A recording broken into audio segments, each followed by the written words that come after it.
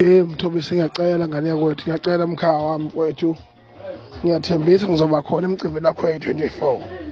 Ngiyacela ngane yakwethu Mthobisi, ungakwazi mfethu ukuthi ungilekelele ukuthi njengey'ntatheli ezinohlonze niseshe isise yokuthi ubani lo ngisho ukuthi engibhosha bafowethu. Ngiyacela Mthobisi, ngiyacela ngane yakwethu, ngoba vele ukuba ngambona ngabe ngaboshwa.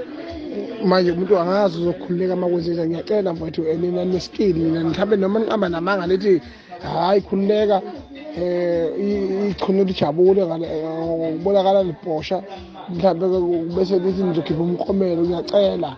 Ngiyacela Mthobisi, mfunani lo muntu bafowethu.